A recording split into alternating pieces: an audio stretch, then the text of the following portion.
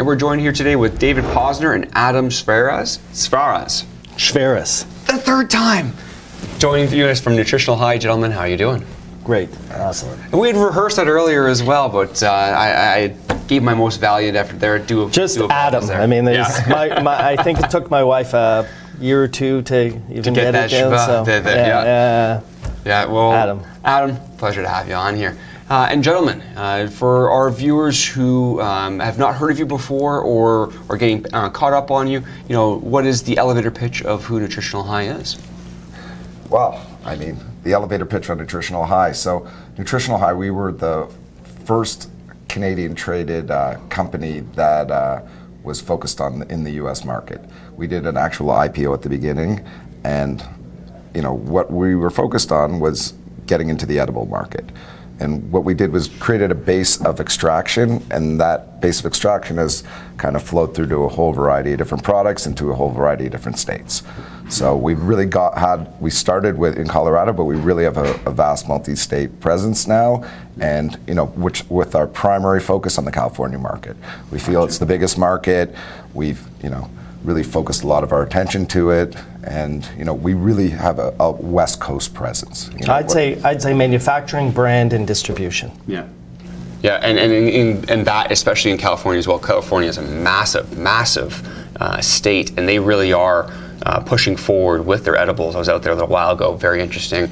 And I believe you're also venturing into Nevada. Can you talk a little bit about that? I think it's Green Therapeutics is what you're working with there. How are things going in Nevada? So we have agreements in place with Green Therapeutics to make that acquisition. We're going to be acquiring 75%.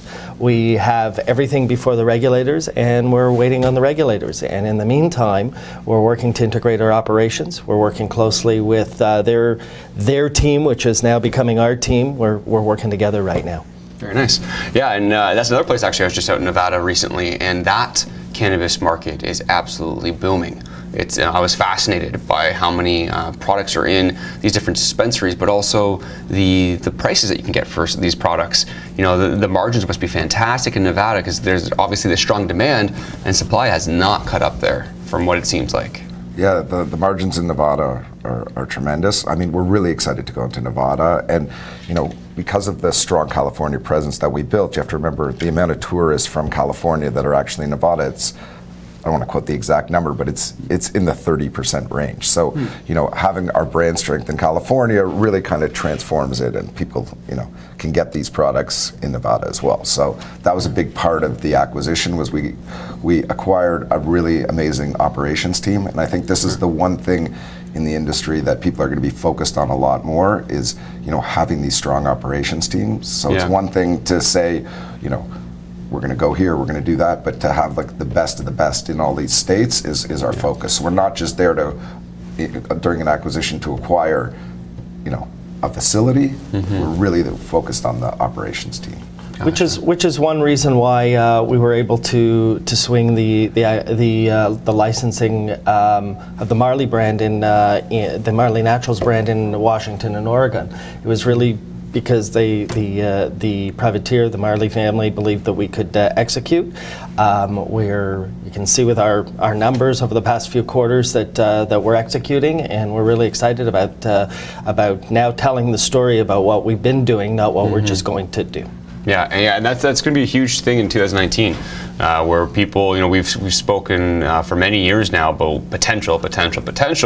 Now a lot of investors are really looking around and just saying, okay, and you've been talking about potential for a long time, not you guys, the market, and now we want to see results. Well, we want to see people selling. We've been talking potential as well, and over the past year, I mean, we have made a conscious decision to stop talking about potential and to focus on execution. So we haven't been doing big IR pushes in 2018, but if you look right now where our numbers are, compare us to Origin House. That's our biggest competitor in California.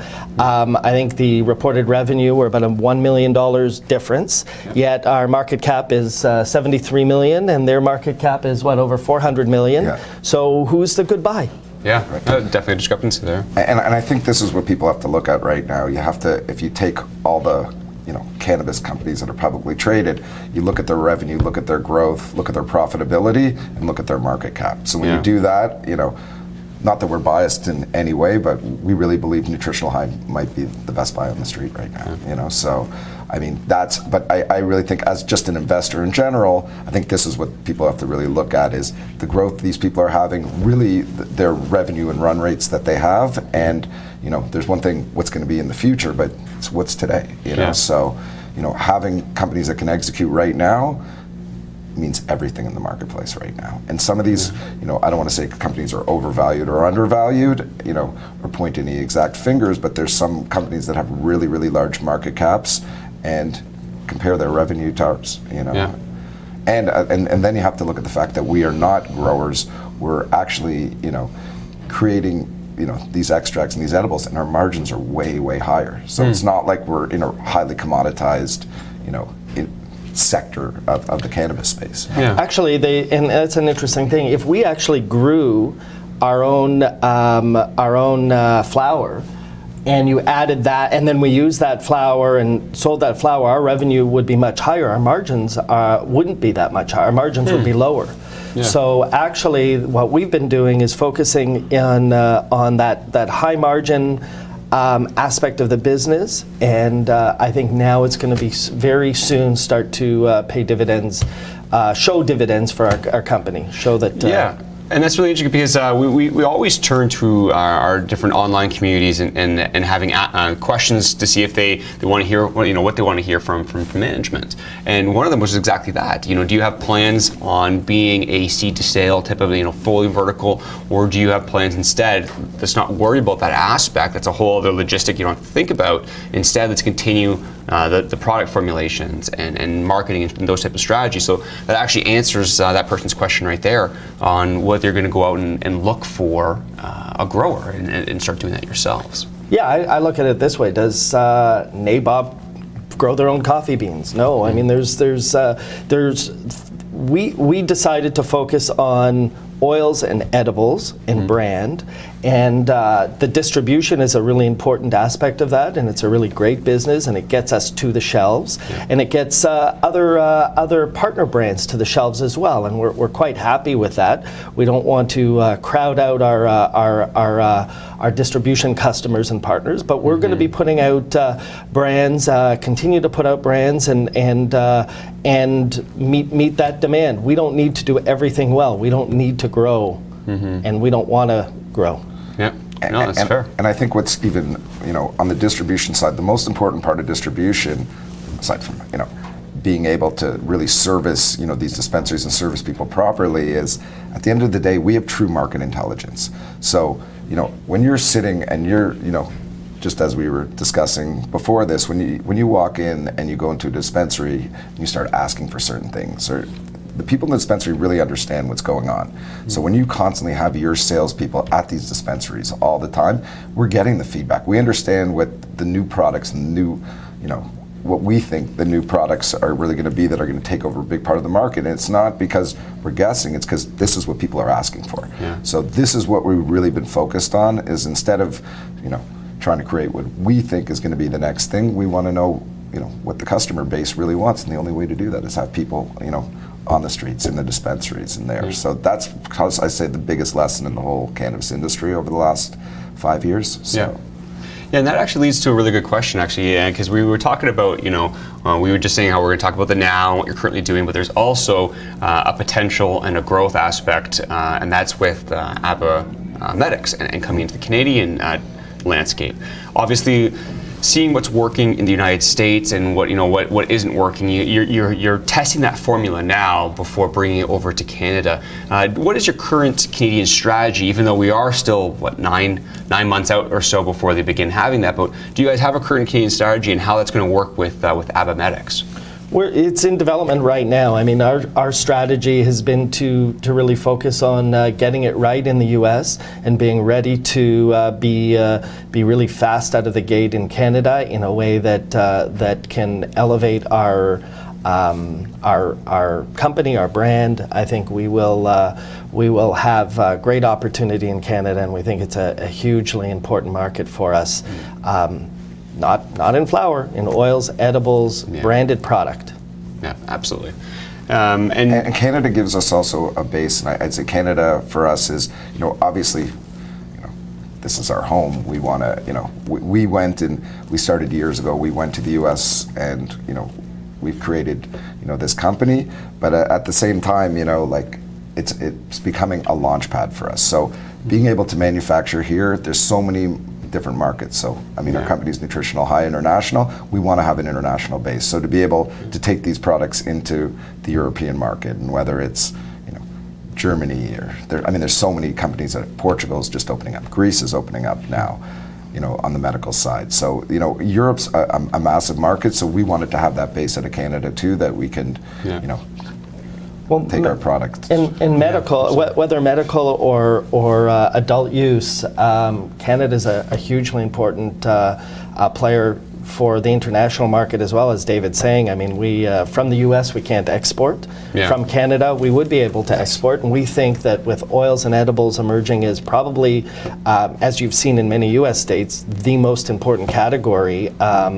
Or categories. It's a number of categories for both medical and adult use. You're going to have great export opportunities. Yeah, and that's why we've seen a lot of American companies or ones that have bases in America also have some sort of launch pad. I think this is the exact word you used in Canada for that exact reason, getting things globally and reaching out those different areas.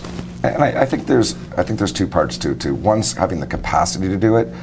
I really believe that when it's all said and done in this cannabis market, everybody's going to always say Canadian products are quality. Canadian growers and they're going to associate Canada with being the best of the best in this field. So that's a big part of it, is for us to create these products and have Canadian, like made in Canada products. Yeah. Like it's very important to us. I think just on the quality of our brand going forward. Very nice. Well, on products specifically, there were a couple other questions that had come in from our people in our community. One of them was on your NU tabs, your nutraceutical tabs, where I believe that was announced in Q3. Do you have an update of where we're going with that and how that product is going to hit the market? Yeah, I think it's a dynamic process getting new products launched, but they've been moving that forward quite well. And so we'll be making product launch announcements once it's in the stores. But we're really excited about that product. It's a unique product. It's a product that combines natural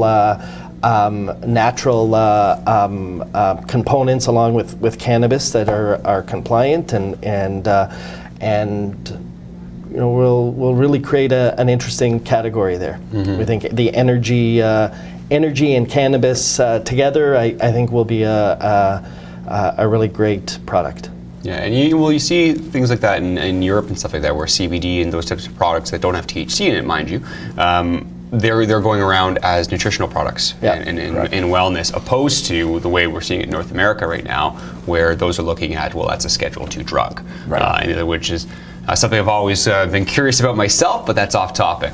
Right. But no, it'll be interesting. I think we are going to move that way, specifically with 0.3 THC and less for those types of products. So that'd be it'd be very, very interesting.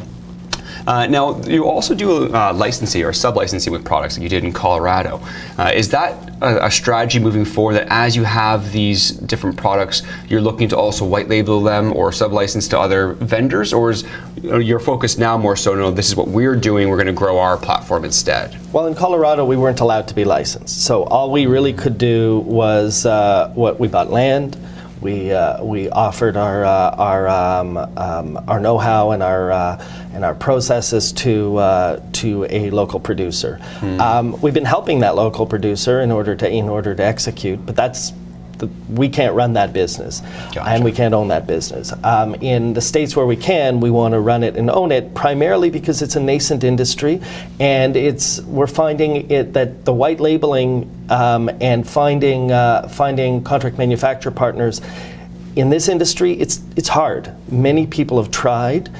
Some have done really well, others haven't, and we've just figured that keeping control over our own product manufacturing for the immediate future, it's the way to go. Eventually, it would be great to have other people specializing in manufacturing. We focus on brand, but right now we're going to keep control over our inputs in our product. Very nice. And yeah, that was again another question that came from our community, so I appreciate you answering, because that was one of the things they were curious about. Is that going to be something going forward? Well, it's also, the base of all this is the oil and the extraction process. So, we have something, unique on our extraction process. We, have really high quality oil that's been, going from state to state. So we, part of it's to have the consistency of it, but it's not like somebody else can make the oil for us that's at the same quality. So this is why, we're going to do it. And, over time, people are going to get better and better. They're going to become better growers, better extractors, better.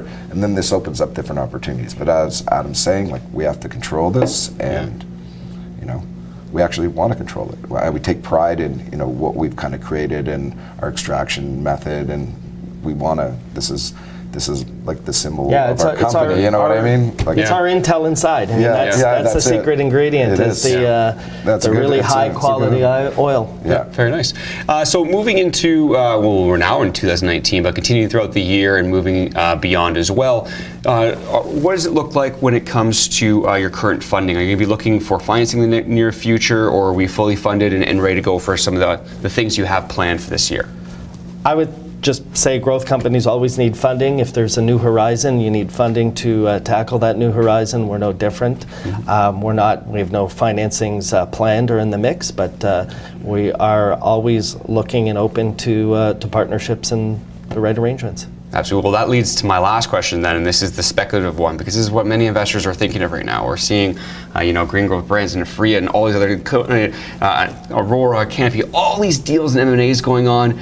Is there something that you're looking for in the horizon? Is that an option for you, or are you saying you're going to stick with the ship right now and continue going? Where are we in that world, the speculative world? Well, it's funny because Adam and I are co-chairs, but my sister's actually my younger sister's the chairman of Green Growth Brands. So we've kind of seen the evolution of it, and we've seen what can happen when somebody comes in that has a great skill set and can take you to the next level. So we're always open. There's people in the industry, whether it's on the pharma side, in the tobacco side, in the food product side. If you can come in and have a great partner, it always has to be an option, I think. We're open to anything creative. We're looking to build the company and to be a long-term player in this space. Absolutely. Well, gentlemen, I appreciate very much for coming on the show. It's a pleasure having you on. Thank you very much. And we'd love to have you on in the near future as well, as we always love watching the progress of all these companies who come on the show, talk to us, and we can see what you're doing throughout the year. So again, thank you very much. And for our viewers, thanks for having us. It was great. Oh, absolutely. And sorry, but for our viewers, where they can find out more information for you really quickly, and where they can find you on the stock exchange. EAT in Canada, SPLIF, SPLIF. You can tell who comes up with our ticker symbols, and www.nutritionalhigh.com. Perfect. And it's 2NU on the Frankfurt Exchange. We also have a Frankfurt We listing. didn't pick that one, though. Yeah, no problem. Thank you, guys.